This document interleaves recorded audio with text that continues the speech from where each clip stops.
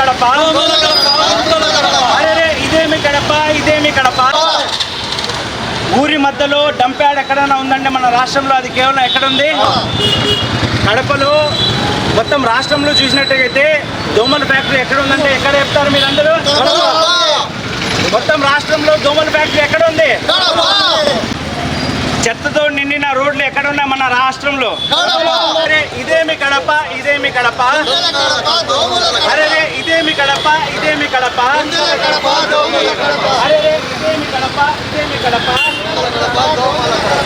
గత చాలా కాలం నుంచి కాంగ్రెస్ పార్టీ ఇంటింటికి కాంగ్రెస్ అనే నినాదంతో నేను మా డివిజన్ ఇన్ఛార్జ్లను తీసుకొని ప్రతి ఇంటికి పోవడం జరిగింది. పోయినప్పుడు ప్రజా సమస్యలను తెలుసుకోవడం జరిగింది. ప్రతి ఇంటిలో ప్రతి గల్లీలో సమస్యలే. సంక్షేమం రాకపోవడం ఒక సమస్య అయితే అభివృద్ధి కాకపోవడం ఇంకొక సమస్య.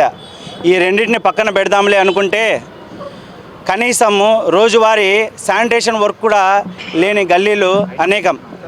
దాదాపు కడపలో శానిటేషన్ జరగకుండా ప్రతి గల్లీ కూడా దాదాపు శానిటేషన్ నోచుకోకుండా ఉంది. ఈ విషయాలను మేము వీధి దీపాలు లేవనో, గుంతల రోడ్లు ఉన్నాయనో, ప్రజల సమస్యలు ఇంకా నీళ్లు రావడం లేదనో, మురికి కాలువలు క్లీన్ చేయడం లేదు, చేసిన చెత్తను వారాల కొద్దీ ఎత్తడం లేదని ఈ సమస్యలను ప్రతిసారి మేము తెచ్చి అర్జీ రూపంలో గత 1 సంవత్సరం నుంచి ఇవ్వడం జరుగుతుంది. అయితే ఈరోజు ఇన్ఛార్జ్ కమిషనర్ గారు అంటారు, అయ్యా నేను చార్జ్ తీసుకొని 8 రోజులు 10 రోజులే అయింది అన్నారు. సరే మీరు అయింది మాకు తెలుసు, కాకపోతే మీరు అడిషనల్ కమిషనర్గా ఉండరు. గత కమిషనరు ఫోన్లు ఎత్తేవారు కాదు. చాలా ప్రయత్నించి ఆయన కలిసి చెప్పుకొని అర్జీల మీద ఆయన సంతకాలు తీసుకొని అక్నాలెడ్జ్మెంట్ తీసుకున్న తర్వాత మళ్ళీ ఈయన దగ్గరికి వెళ్తే, సరే మీరు అక్నాలెడ్జ్మెంట్ తీసుకున్నారు కదా, చేసే బాధ్యత నాదని ఈయన అర్జీలను తీసుకొని గత 1 సంవత్సరం నుంచి ఏం చేసిందిలే. ఏమన్నా అడిగితే చేస్తాంలే, ఇది ఒక్క డివిజన్ అయినా నాకు ఉండేది, 50 డివిజన్లు ఉన్నాయి అనేది. గత దాదాపు 2 వారాల ముందు నేను చాలా ముఖ్య సమస్యల గురించి రావడం జరిగింది. అదేంటంటే రంజాన్ నెల మొదలవుతుంది.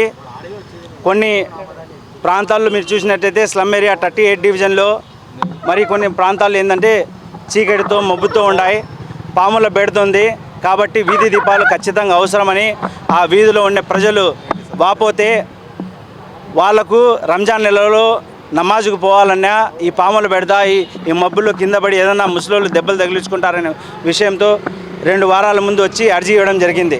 పోతా మా డివిజన్ ఇన్ఛార్జీలను కూడా పరిచయం చేసి వెళ్ళినాను. ఎందుకంటే ఆడ వెళ్ళిన తర్వాత నేను అందుబాటులో ఉంటాను కాబట్టి. వీళ్ళు ఫోన్ చేస్తే పలికేది కాదు, ఫోన్లు అయితే ఎత్తుతారు, చేస్తాము అంటారు. మా వాళ్ళు పోయి కూర్చుంటే ఏందా మీరు తిరుగుతానే ఉంటారు, మీ ఒక్క డివిజనా అంటారు. నేను అడుగుతున్నా, ఈ సమస్యలు ప్రజా సమస్యలు మేము రాకముందే మీరు కనుక్కొని చేయాల్సిన బాధ్యత మీ మీద ఉందా లేదా అని అడుగుతున్నా. ఒకవేళ మీరు చేయకపోయినప్పుడు ప్రజలు మీ దగ్గరకు వస్తారు, అప్పుడన్నా చేయాలన్నా లేదా? మీరు చేయలే, ప్రజలు వచ్చినా చేయలే. ఒక జాతీయ పార్టీ తరపున, కాంగ్రెస్ పార్టీ తరపున మేము వచ్చి అడిగితే మా మీద కూడా మీరు గదురుకుంటే మీరు ఏం ప్రజల కోసం మేలు చేస్తారు? నేను ఒకటే అడుగుతున్నా, మీరిచ్చే సమయంలో సగం సమయం, మీరిచ్చే సమయంలో అధికార పార్టీకి ఇచ్చే సమయంలో సగం సమయం ఆఫీస్కి ఇవ్వండి, ప్రజల సమస్యల మీద ఇవ్వండి. మీరు మెడలో కేఎంసీ ట్యాగ్ వేసుకొని ఉన్నారు,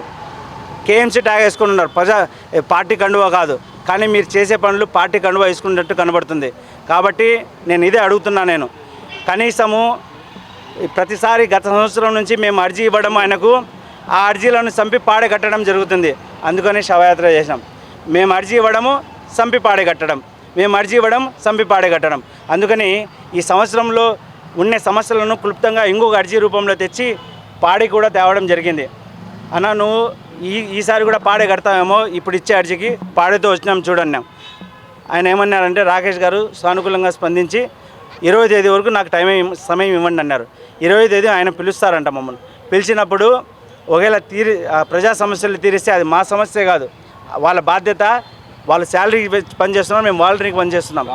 వాళ్ళు చేస్తే మంచి విషయం. ఒకవేళ చేయకపోతే ఈ పాడే ఆయనకిచ్చి మిగతా అర్జీలను ఆయన ఎలా పాడే కట్టినారో 1 సంవత్సరం నుంచి ఈరోజు ఇచ్చిన అర్జీ కూడా పాడే కట్టమని 20వ తేదీ ఈ పాడే ఆయనకి ఇవ్వడం జరుగుతుంది.